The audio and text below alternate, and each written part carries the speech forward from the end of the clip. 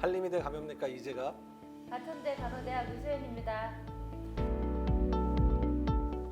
이번 시간에는 코로나19 바이러스에 대해서 면밀히 파헤쳐보는 시간을 가질 텐데요. 전문가이신 이재갑 교수님을 모시고 코로나19 바이러스를 알아보는 시간을 가지도록 하겠습니다. 먼저 이재갑 교수님께 첫 번째 질문 드리고 싶은데요.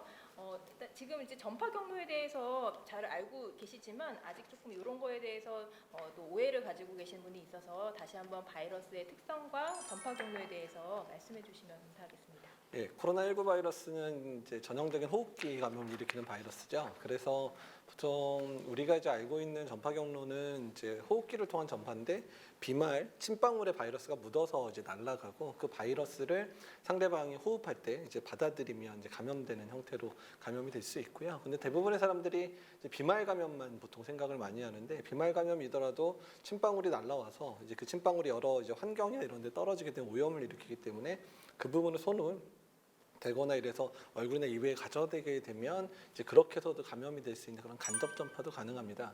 이제 코로나19 바이러스에 대해서 많은 분들이 좀 오해를 가지고 있으신 분들이 그러니까 이게 뭐 공기 전파가 아니냐 뭐 이런 얘기를 하는데 어떻든 코로나19의 지금까지 전파 경로는 이제 그 꼭 비말을 통해서 전파되는 것으로 생각이 되고요.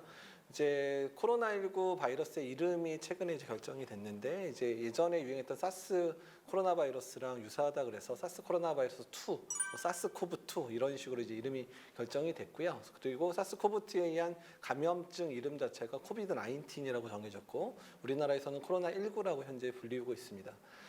바이러스는 이제 RNA 바이러스라고 보통 얘기를 하고요. RNA 바이러스는 이제 그 유전자 조각이 한 줄기로 돼 있잖아요. 그러니까 DNA 바이러스는 두 줄이다 보니까 한 줄이 문제가 생겨도 다른 한 줄이 표준이 되니까 이제 유전적 변이가 잘 일어나지 않는데 RNA 바이러스는 한 줄이다 보니까 이 바이러스가 증식한다든지 뭐 다른 동물에 감염되거나 사람한테 감염되는 중간에 유전적 변이를 계속 일으킬 수밖에 없습니다. 그래서 지금 현재 이제 사람한테 감염되는 이제 바이러스 코로나 바이러스가 이제 사스코브2 이전까지는 6개가 있었죠. 우리가 알고 있는 사스랑 그다음에 이제 메르스 바이러스 그 외에 이제 감기 일으키는 4가지 바이러스가 있어서 6개가 있었고요. 이번에 코로나19 바이러스가 이제 세상에 나오게 되면서 7번째 사람에게 감염을 일으키는 바이러스가 된 겁니다.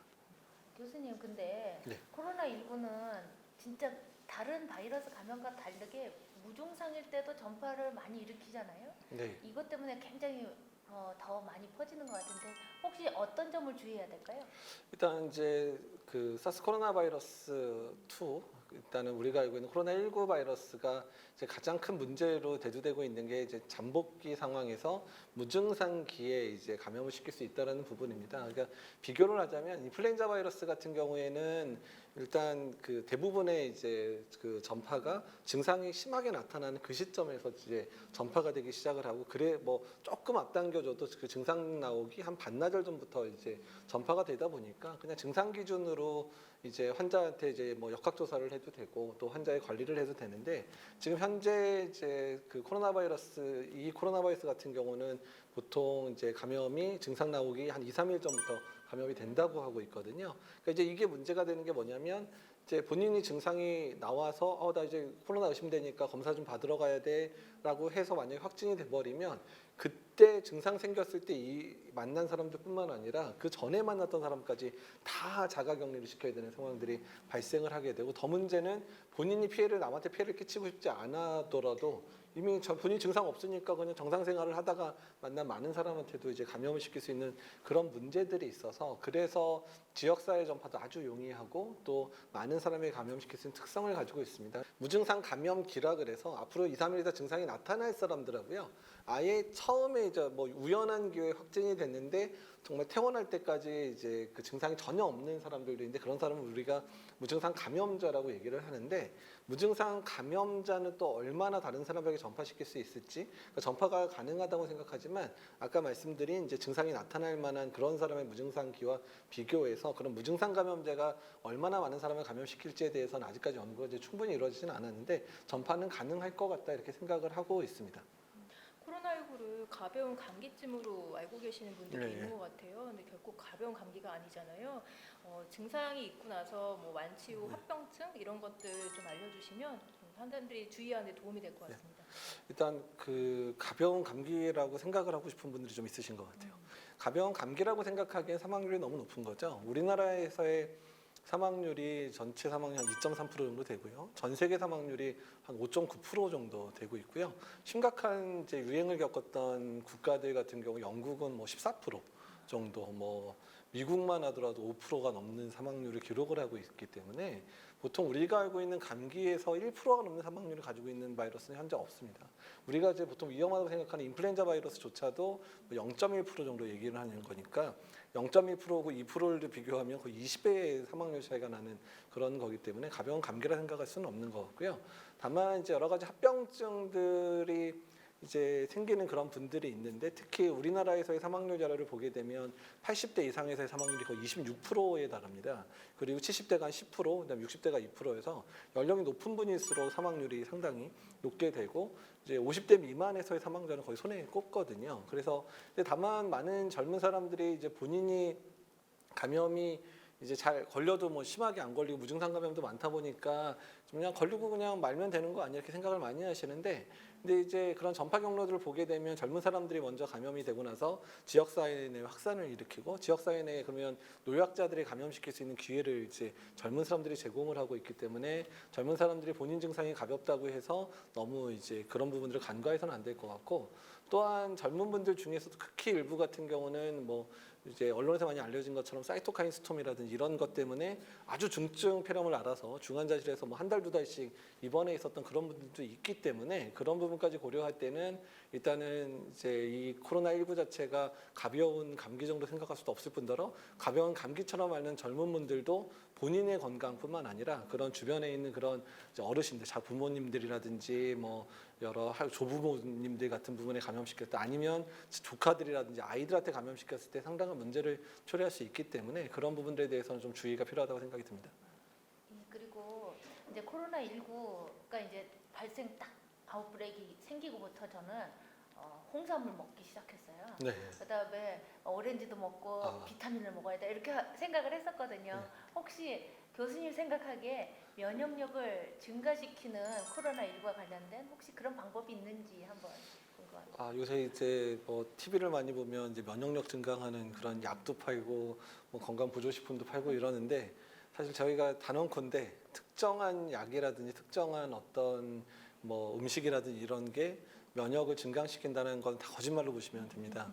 코로나19에 특히 코로나19에 대해서는 이제 뭐 건강하게 사는 건 좋긴 좋지만 특정 음식물이라든지 특정 약이 면역력 올린다 이런 얘기들은 없기 때문에 지금 시중에 돌아다니는 그런 모든 뭐 광고나 이런 데서 그런 부분들은 굳이 그렇게 비싼 돈으로 살 필요는 없으실 것 같고요. 다만 평상시에 본인의 건강을 위해서 열심히 노력하는 분들이 걸리더라도 가볍게 앓는다 정도로 기억하시면 될 것 같습니다. 신환자가 많아지면서 가족이나 아니면 지인들 네. 그래서 이렇게 노출이 되거나 그런 네. 의심이 되는 경우가 있는데요. 이럴 경우에 노동부에서 인정되는 어떤 병가 정책이 있나요? 일단은 뭐 제가 노동부 직원은 아니라서 하지만 코로나19와 관련돼서 이제 말씀드리고 싶은 부분들은 이제 자가격리 대상자로 이제 하게 되면 일단은 이제 그 확진 환자하고 마지막 접촉한 날 기준으로 이제 최종 잠복, 그러니까 최대 잠복기는 14일 동안 이제 병가라고 해야 되나요? 자가격리를 해야 되고 그 부분에 대해서는 유급 휴가를 받을 수 있도록 되어 있습니다. 그래서 난 직장을 안 다니는 분들에 대해서는 일단 정부에서 특정 생활보조를 위한 지원금을 이제 14일 동안 이제 그 정해진 금액을 지급하게 돼 있고요.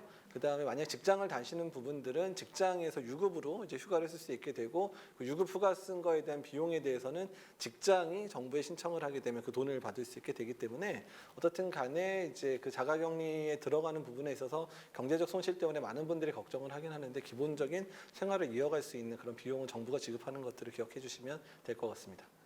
요즘에 교수님 뭐 긴급 발송 문자 엄청 많이 오잖아요. 네. 그래서 제가 만약에 딱 봤더니 제가 갔던 장소에 있던 사람 와서 검사를 하라고 그러는 거예요. 네. 그래서 갈 때 검체 채취하거나 이럴 때 그 병원에서 채취하시는 분도 주의할 점이 있고 혹시 가는 사람도 혹시 뭔가를 해야 되는지 그런 것 좀 설명을 해주시겠어요? 예, 그러니까 특히 요새 이제 뭐 지자체나 이런 곳에서 자가격리 대상자에 대한 해당되는 자가격리 대상자들이 어차피 자가격리가 돼 있고 이제 그 분들에 대한 검사에 대한 부분들은 보건소에서 이제 직접 알려주시니까 보건소에서 하라는 대로 하시면 되는데 가끔 이제 문자가 본인이 갔던 동선하고 겹치면 나도 검사를 받아야 되는지 때문에 궁금해하시는 분들이 있는데요. 그러니까 그런 분들은 제일 먼저 연락을 해야 될 거는 1339로 연락을 하시거나 아니면 보건소에 전화를 해서 일단 내가 이런 검사를 이제 받아야 되는지 한번 확인을 하셔야 되고요.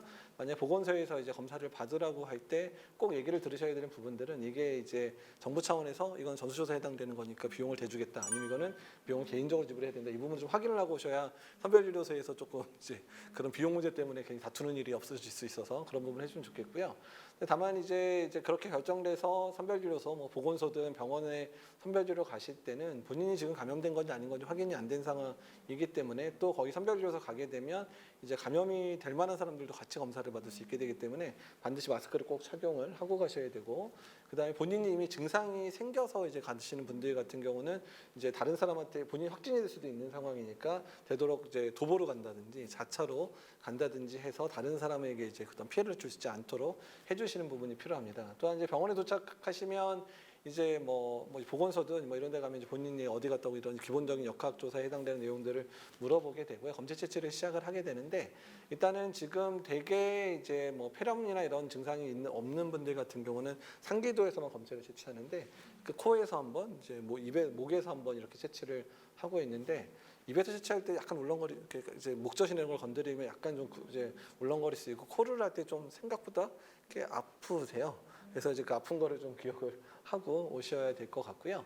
그리고 검체 채취를 하는 과정 중에서는 일단 의료진들의 보호구는 현재 질병관리본부 같은 경우는 이제 4종 세트라 그래서 뭐 수술복이라든지 뭐 고글이라든지 마스크 쓰고 그다음에 머리 이제 캡 쓰고 이제 그다음에 장갑 끼고 이렇게 이제 하게 되는 방식을 하거나 아니면 이제 전신보호구에 해당되는 보호구를 입고 뭐 고글하고 뭐 이런 식의 그런 개인 보호구들을 다 착용을 한 상태에서 검체 채취를 하셔야 됩니다. 근데 다만 가끔 이제 저희도 한번 저희 병원에서 비슷한 일이 벌어졌는데 이제 고글이라든지 페이스실드 같은 이런 점막 보호 관련돼 있는 부분들이 깜빡하고 이제 안 하고 하시는 분들이 있는데 지금 역학조사 단계를 보게 되면 그런 고글의 점막 보호를 안 하는 경우는 이제 자가격리 대상으로 묶일 수도 있거나 업무 배제에 해당되는 상황이 될 수도 있기 때문에 의료진들은 그런 개인 보호 착용들을 제대로 하셔야 되고 꼭 검체 채취로 들어가기 전에는 본인이 깜빡할 수도 있기 때문에 꼭 버디를 정해서 꼭 다른 사람을 한 명 정해서 본인이 개인 보호 제대로 입었는지를 꼭 확인을 해주셔야 됩니다. 그리고 검체 채취가 끝나고 나면 이제 검체 채취 이제 VTM이라 그래서 바이러스 배지에다가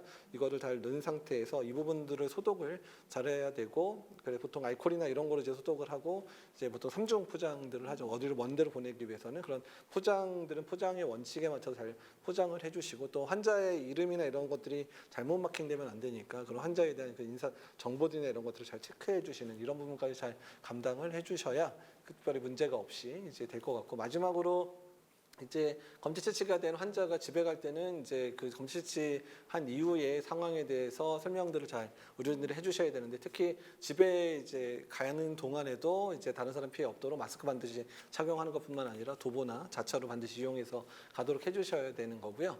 또한 검사 결과가 나올 때까지는 일단 자가격리 대상자로 묶입니다. 그래서 검사 결과 나올 때까지는 집에서 일단은 이제 혼자서 있도록 있으시고 마스크 쓰고 집에서 기다리시다가 검사 결과에 따라서 음성이면 다행이신 거고 확진되면 보건소에서 알아서 모시러 오실 것 같습니다. 예. 교수님 한 가지만 더 예, 여쭤보면요. 예.